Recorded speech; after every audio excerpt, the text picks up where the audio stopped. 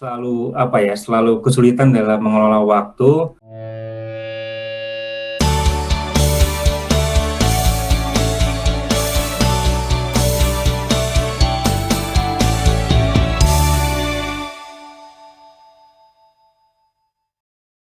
Tadi kembali lagi nih, Pak Dadi ketika mengambil keputusan menjadi seorang dosen, ya. Sebelumnya terpikir gak sih untuk menjadi seorang dosen, kira-kira kapan defining momennya atau momen di mana, oke, saya mau jadi dosen nih, gitu. Oke, ini juga nih yang ini menarik, pertanyaannya bagus banget Pak Daniel. Betul, ini juga menjadi sebuah pertanyaan yang buat saya adalah pertanyaan yang menggelitik juga. Setelah lulus kuliah itu saya juga nggak kepikiran juga ya mau jadi dosen. Pokoknya dalam mindset saya itu kerja kerja kerja aja di kantor dari kantor, dan nggak tahu kantornya itu kantor apa gitu ya. Tidak jelas. Ternyata setelah sampai saat ini udah tahu ya, oh ada kantor tuh bisa di perbankan, kalau di Adbis ya bisa di Ya, ya. apa namanya, di instansi pemerintahan dan sebagainya macamnya. Nah, keputusan untuk menjadi dosen itu ketika ketika saya lulus S1 itu 2005, bahkan saya kerja juga di beberapa perusahaan. Dan saya kerja pun sama, saya kerja di dunia trainer juga sih sebetulnya, dunia training. Saya langsung entah Oh, kenapa ya, juga ya, saya ya. langsung diangkat ya di bidang training and development juga. Tapi Oh, alhamdulillah ada sahabat saya yang memang sudah ngambil S2 waktu itu, administrasi bisnis, ngajak, "Hayo Dadi kita mau kuliah nggak? Kuliah lagi S2 mumpung ada beasiswa." Saya ikut waktu itu ikutan beasiswa dari Dikti. Alhamdulillah gagal gitu ya. oh, Tapi yang tahun berikutnya saya memberanikan diri, teman saya ngajak lagi, akhirnya saya ngambil lagi kuliah lagi di S2 di Unpad, dan saya konsultasi. Nah betul nih buat teman-teman ya, saya konsultasi dan minta ya, restu dari ibu, dan ternyata ibu saya pun menginginkan saya untuk menjadi seorang dosen. Alhamdulillah, jadi doa ibu, keinginan ibu, dan juga nyambung dan saya juga tanya diri saya sendiri, akhirnya nyambung itu keinginannya, dan Allah memudahkan ketika kita satu frekuensi, akhirnya ya diberikan jalan dengan begitu mudahnya. oh, Waktu itu nggak Masya tahu saya Allah. biaya kuliah dari mana, Bismillah aja, Bismillah berangkat, berangkat. Ya, Alhamdulillah ya. ada aja jalannya, gitu. Karena kita Wah, punya luar niat biasa. yang kuat. Ya, berarti kalau saya tangkap, tadi yang pertama adalah Pak Dadi mengatakan Alhamdulillah gagal. Itu sebetulnya Iya, karakter yang luar biasa ya, di mana kita bisa menganggap sebuah kegagalan itu bukan jalan untuk kita berputus asa gitu. Tapi Pak Dadi tadi betul, terus mencoba gitu ya, jadi nggak berhenti. betul, Nah ini jadi pelajaran nih buat kita semua gitu. Ketika kita mengalami satu kegagalan, itu bukan berarti akhir dari jalan itu, tapi mungkin ada betul, pintu-pintu lain yang bisa kita buka gitu. Dan hal kedua betul, yang menarik tadi adalah restu dari ibu. Itu memang sangat luar biasa ya Pak Dadi ya.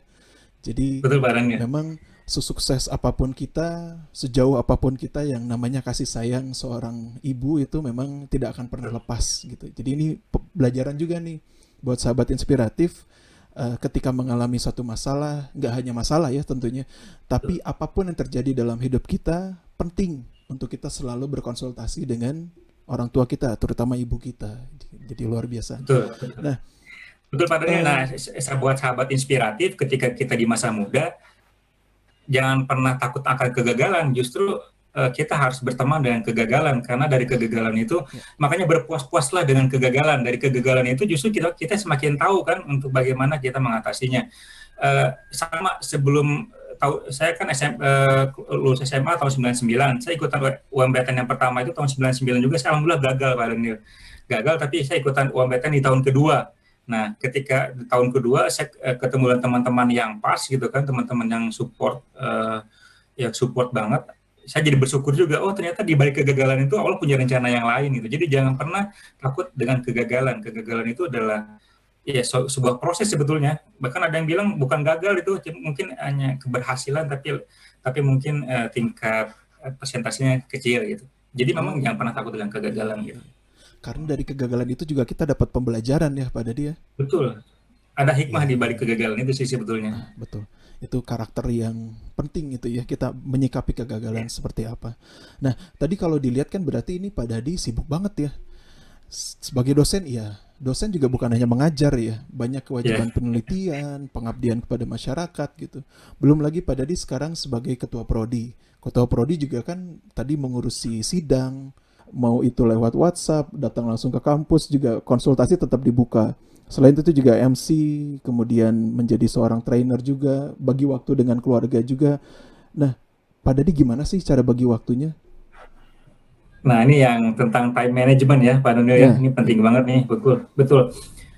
Mungkin tipsnya ini buat teman-teman sahabat inspiratif ya, yang ketika selalu apa ya, selalu kesulitan dalam mengelola waktu. Yang pertama, saya tipsnya mungkin dari kata time, Pak Daniel. Ada time itu kan huruf awalnya adalah T ya, Ya. T. Nah, mungkin ini yang saya praktekkan juga. Time itu T-nya itu adalah tentukan pertama tujuan hidup teman-teman semua. Ya, jadi kita harus menentukan. Kalau kayak kita main dart itu ya, kita melemparkan panah itu ya, nah di titik apa yang kita inginkan di sana gitu. Sama dengan Iya, iya. keaktifan kesibukan tiap hari, saya harus menentukan juga pertama mana skala prioritas yang harus diambil. Jadi kita jangan mengambil semua yang kita lakukan, tapi kita cari skala prioritas mana yang harus kita ambil. Tentunya dengan amanah yang diberikan oleh pimpinan itu juga menjadi sebuah hal yang harus dilakukan.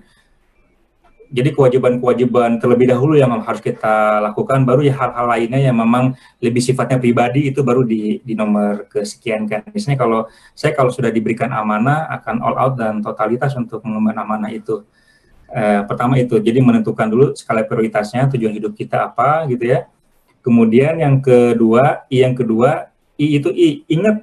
ingat hidup itu sekali. Jadi jangan sampai kita buang-buang waktu dengan waktu yang Allah berikan. Jadi usahakan waktu yang kita habiskan itu betul-betul memberikan dampak manfaat minimal buat diri kita sendiri. Makanya alhamdulillah ada di lingkungan akademisi itu juga bisa diberikan peluang untuk terus menebar manfaat terutama buat mahasiswa ya Pak Daniel. Jadi kita juga Ya, sama insya dosen Allah. juga ini lahan yang luar biasa nih. Memang untuk terus kita mencari bekal ya. Ingat ya, jadi T-nya tentukan tujuan hidup kita, kemudian I-nya ingat, jadi betul-betul harus kita manfaatkan waktu. Semua waktu itu sama, manusia itu 24 jam, cuman ada yang mengisinya dengan rebahan terus ya, ada yang Ya, mengisinya dengan hal-hal yang positif gitu. ya. Jadi bahkan bisa jadi gini, ada dua makna. Kalau kita ingat hidup sekali, ada yang memang memaknai bahwa hidup hanya sekali, memaknainya dengan misalnya sering berfoya-foya, senang-senang dan sebagainya Ya, ya, macamnya ya. gitu ya. Ya, ya. Ada yang memaknai seperti itu. Tapi kita harus memaknai yang satu sisinya lagi. Ingat hidup itu harus hanya sekali, ya berarti kita tidak boleh buang-buang waktu, harus terus mengisi dengan hal yang bermanfaat gitu ya poinnya. Ya. Nah yang M-nya yang tadi membuat daftar pekerjaan, membuat daftar aktivitas. Kalau bisa ini per hari sih sebetulnya.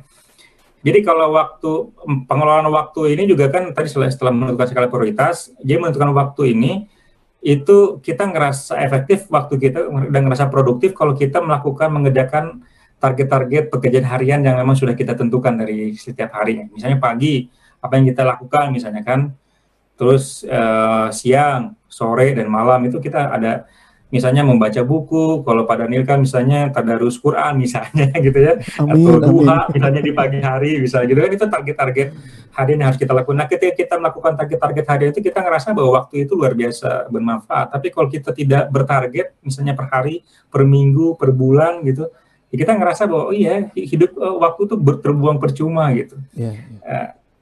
Dan yang satu lagi yang huruf E-nya itu adalah enjoy aja, nikmatin aja. Yes. Nah kadang orang juga ngerasa saking banyaknya daftar-daftar pekerjaan jadi ngerasa stres ya, ngerasa terbebani Ya, gitu. ya, ya, betul, betul. Nikmatin aja, nikmatin prosesnya. Ingat takdir kita itu ditentukan oleh kebiasaan kita.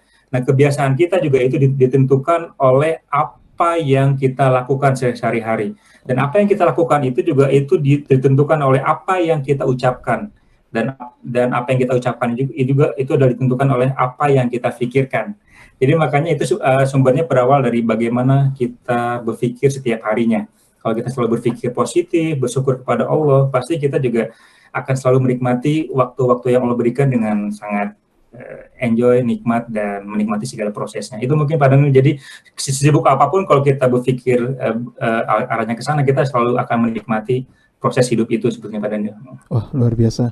Jadi ada rumusnya ya, sahabat inspiratif, ada Ya, time. T itu tentukan tujuan hidup, I itu ingat bahwa hidup itu hanya sekali, jadi manfaatkan sebaik mungkin. Kemudian M, membuat daftar aktivitas, dan yang terakhir enjoy aja. Itu penting yang terakhir ya pada dia, karena banyak orang Iya yang betul, memang itu tadi ya terbebani ya. Jadi ngerasa kayak betul. dikejar-kejar sama deadline ya. Heeh. Oh iya iya iya, betul betul. Wah, Harusnya luar biasa. dinikmatin aja. Ya. Nah, eh, tadi bicara masalah membuat daftar aktivitas, berarti kan kita harus fokus ya. Pada dia juga tadi di awal Betul, sempat menyinggung masalah fokus ya kita terhadap satu hal. Nah, sekarang ini kan ada fenomena nih Pak Dadi di mana generasi zaman sekarang ini susah fokus. Salah satunya kan betul, karena banyaknya media ya, ada media betul, sosial gitu. Jadi mereka tujuan awalnya di depan laptop adalah misalnya untuk mengerjakan tugas nih. Tapi begitu betul. cek handphone, mereka mulai di situ berkeliling ya, mulai dari Instagram, tutup buka Twitter, masuk ke media sosial yang lain, ujung-ujungnya nonton di Netflix. Akhirnya terbuang nonton satu film penuh gitu. Nah, Iya, kalau Pak Dadi gimana sih menyikapi fenomena yang sekarang sedang terjadi ini? betul. Memang tantangan tantangan generasi milenial saat ini itu tadi ya, berlimpah ruahnya media sosial dan dunia internet ya. Iya, iya. Eh, ini menjadi tantangan. Jadi bahkan saya juga sering ya ngisi-ngisi materi tentang bahayanya apa namanya kecanduan gadget dan sebagainya macamnya. Iya, iya. Jadi jadi yang pertama yang harus kita lakukan, jangan pernah menjadikan gadget media sosial itu adalah hal yang merugikan kita, jangan pernah mindset. Jadi jangan pernah kita benturkan itu adalah hal yang merugikan, jangan. Karena memang sudah dunianya, jadi jadikan itu sebagai alat untuk kita mencapai tujuan yang kita inginkan. Oke, oke. uh, kalau untuk teman-teman mahasiswa ya, jadi tahu dulu pertama prioritas utamanya adalah apa? Kuliah dan menyelesaikan kuliah terlebih dahulu. Nah, gadget itu adalah sarana pendukung. Jadi memang juga ketika, nah itu tadi kembali ke daftar aktivitas di tiap hari itu kita juga harus memang berkomitmen dan bertanggung jawab terhadap diri kita sendiri. Misalnya kita juga menentukan main gadget sehari minimal atau maksimal berapa jam. Nah, kita juga harus ada tuh tentang kegiatan seperti itu. Iya, iya. Misalnya mengerjakan tugas kuliah jam berapa, belajar jam berapa, kita juga harus ada daftar-daftar seperti itu supaya kita terus teratur ininya hari ke hari. Dan jangan sampai betul tadi, jangan sampai ujung-ujungnya kita menjadi edik dan diperalat oleh gadget. Jangan sampai seperti itu. Tapi jadikan gadget adalah sarana, adalah media untuk kita mengembangkan diri. Bahkan kalau memang gadget itu bisa menghasilkan uang untuk kuliah para mahasiswa misalnya, itu juga sudah bagus banget gitu. Tapi jangan sampai kita yang merugikan diri. Jadi kita yang menggunakan media sosial sebagai alat ya, bukan kita yang Betul, Pak Nana. dikendalikan ya. Jadi muncul Iya, edik ya nantinya ya. Wah, luar betul. biasa. Jadi awalnya dari mindset dulu ya. Iya, mindset dulu. Oh iya iya. Wah, luar biasa. Nah, eh, dalam kita menjalani hidup nih, Pak Dadi sampai ke titik sekarang, pastinya kan ada satu nasihat yang biasanya itu selalu tersimpan gitu, baik di kepala ataupun di dalam hati gitu. Iya, Yang itu menjadi patokan lah, menjadi motivasi Pak betul. Dadi untuk terus berjalan. Nah, nasihat terbaik apa sih yang pernah Pak Dadi dapatkan gitu dalam apa perjalanan karir Pak Dadi gitu? Baik, yang sampai saat ini saya dengar itu nasihat dari ibu saya ya, karena sampai sekarang masih terngiang-ngiang. Sebetulnya saya juga kangen nih sama ibu saya belum pulang juga ke Serang. Oh iya, karena Tapi ada COVID ya, nasihat jadi yang nggak bisa masih pulang ya. nggak bisa pulang. Eh, Ibu saya memang tidak berpendidikan tinggi, tetapi ibu saya punya anak 4 laki-laki semua. Dan selalu bilang ketika ngumpul di rumah gitu ya, saya pakai bahasa Sunda ya biar lebih mengena aja, Iya mungkin iya, nanti boleh bisa boleh boleh. ditranslate ya. Mamah mah cenah ya, mamah mah kieu sekolah ge teu luhur, mamah mah moal bakal moal ngawariskeun harta cenah gitu. Tapi bakal ngawariskeun ilmu, sok kuliah saluhur-luhurna gitu kan gitu ya. Wah, Jadi poinnya adalah nggak akan mewariskan harta tapi mewariskan ilmu dengan cara apa? Dengan membiayai kuliah anak-anaknya. Alhamdulillah kita 4 bersaudara laki-laki semua yang minimal wow, semuanya sarjana semua lah gitu. Dan Masya alhamdulillah Allah. mereka sekarang beraktivitas sesuai dengan bidangnya masing-masing. Nah itu, jadi katanya pesannya sok cari ilmu setinggi-tingginya supaya apa? Supaya jadi orang yang bermanfaat katanya. Jadi jalma pintar mentong minterkeun jalma, kan gitu poinnya. Wah, luar Jadi biasa. orang yang pintar yang selalu memintarkan banyak orang, tapi jangan minterin katanya gitu.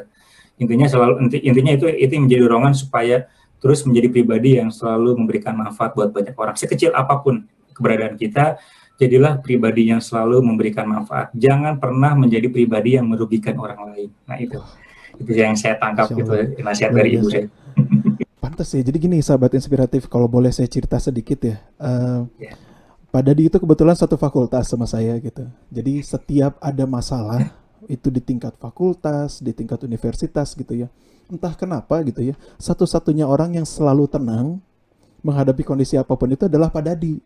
Jadi saya sempat bingung, ini kok tenang banget gitu ya. Jadi terlihat seperti tidak peduli, padahal beliau ini pintar sekali mengambil keputusan. Jadi ada masalah, selesainya apa gitu. Oh ternyata sekarang ketahuan nih. Nasihat dari seorang ibu lagi-lagi ini jadi peran penting ya dalam pembentukan karakter Pak Dadi gitu. Karena betul.